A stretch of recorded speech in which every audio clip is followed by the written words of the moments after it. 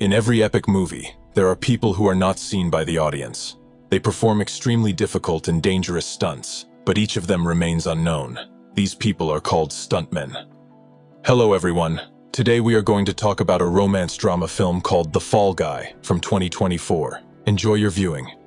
Colt is one of the stuntmen, and he is very much in love with Jody, who works as a cameraman.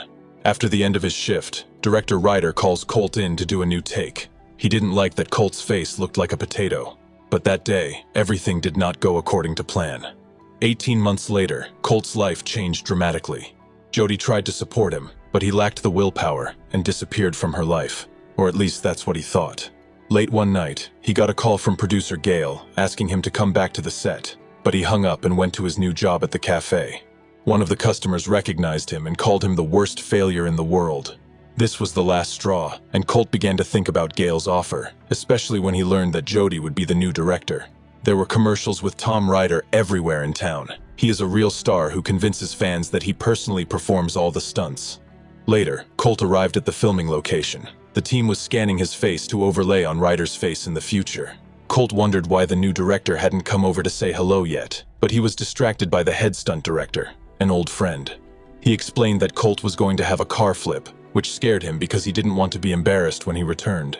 The duo arrived at the beach. Colt touched the sand and didn't like its texture, so he wanted to postpone the stunt until after sunset. The stunt director was confident that Colt would succeed, but Colt didn't want to do anything because he thought he was jinxed.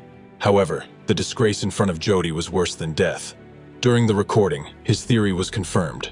The car kept bouncing because of the loose sand. He was ordered to drive as close to the camera as possible, but the braking distance was much longer than standard, and he broke the camera, then flipped over. Jody approached the new driver to introduce herself, not even realizing it was Colt.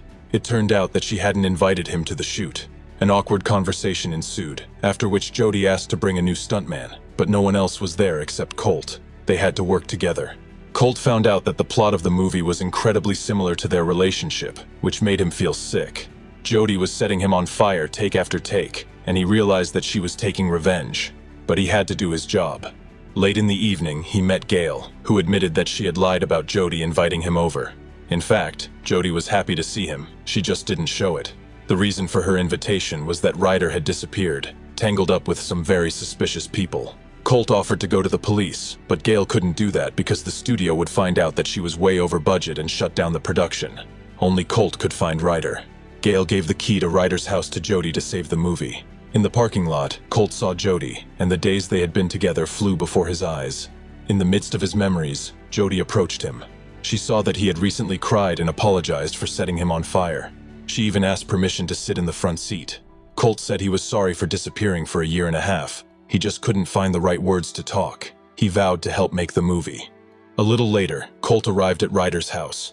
The house was full of props from previous movies. Suddenly he was attacked by a girl with a katana, and he was sure he had seen her before.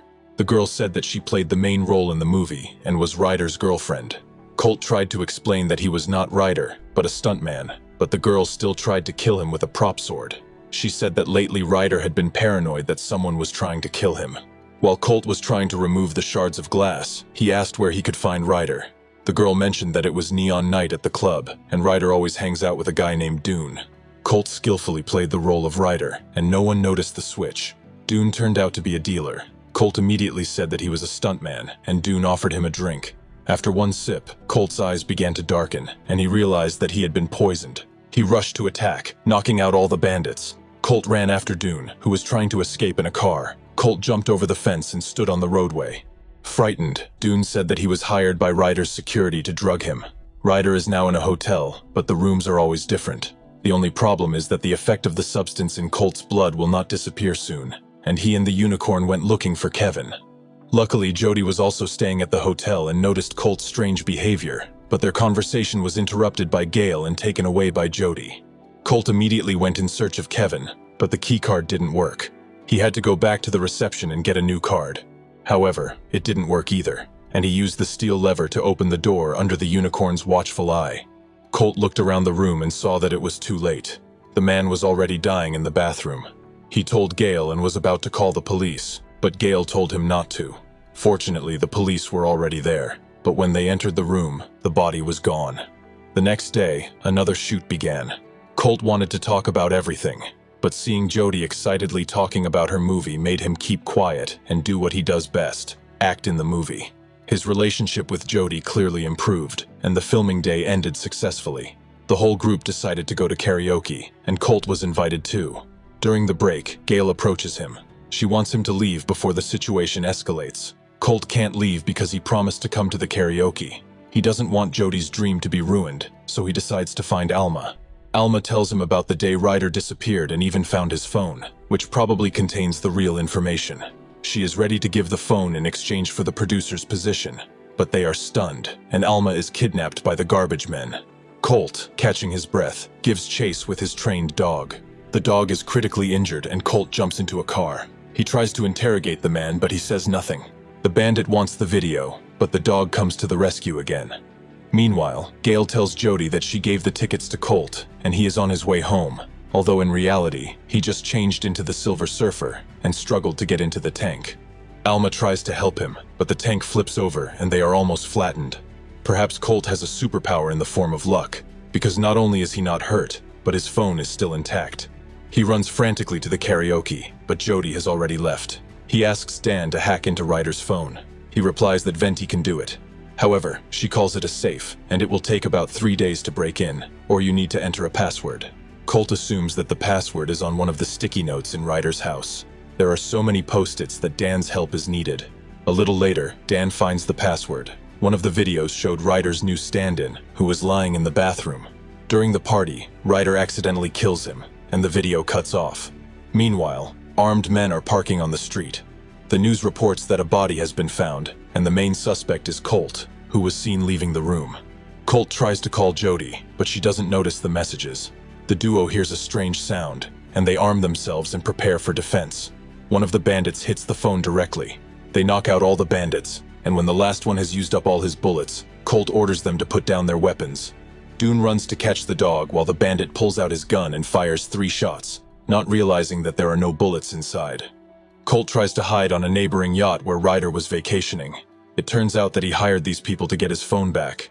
Colt does not answer, otherwise they will kill him. Then Ryder says that he never liked it when Colt tried to outshine him. He was the one who set up the tragedy that broke Colt's back.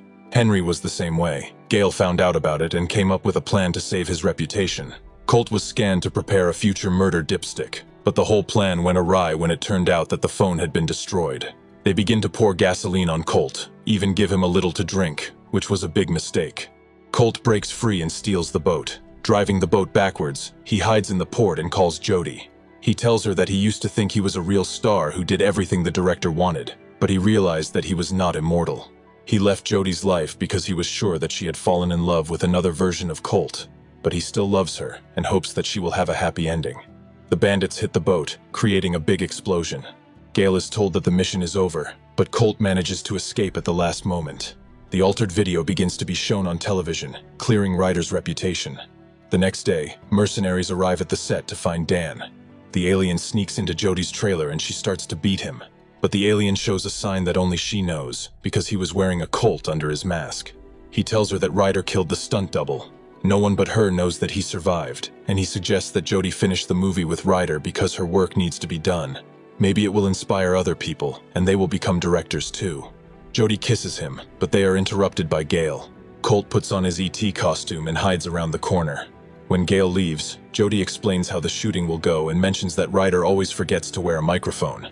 This is how they can get a confession to the murder. During the filming, Colt gets into the car to complete the final stunt. Dan has set up smoke bombs in advance, preventing the mercenaries from catching up with Colt. Ryder is not very smart and almost immediately confesses to the murder, ending the sentence with his name. After that, Colt successfully completes the crazy stunt. Gail, threatening him with a gun, takes the tape, but all the other stuntmen attack the mercenaries. At this point, Ryder gets into the helicopter and takes off. Colt is ready to take a chance and jumps on the helicopter, which causes the helicopter to spin. Now Colt steals the recording and jumps on a pre-prepared cushion. The movie ends with a scene where Aquaman replaces Ryder in the movie, and Colt and Jody start a life together.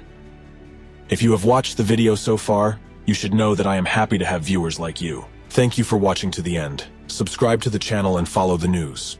Klontsak Recapped was with you. See you soon.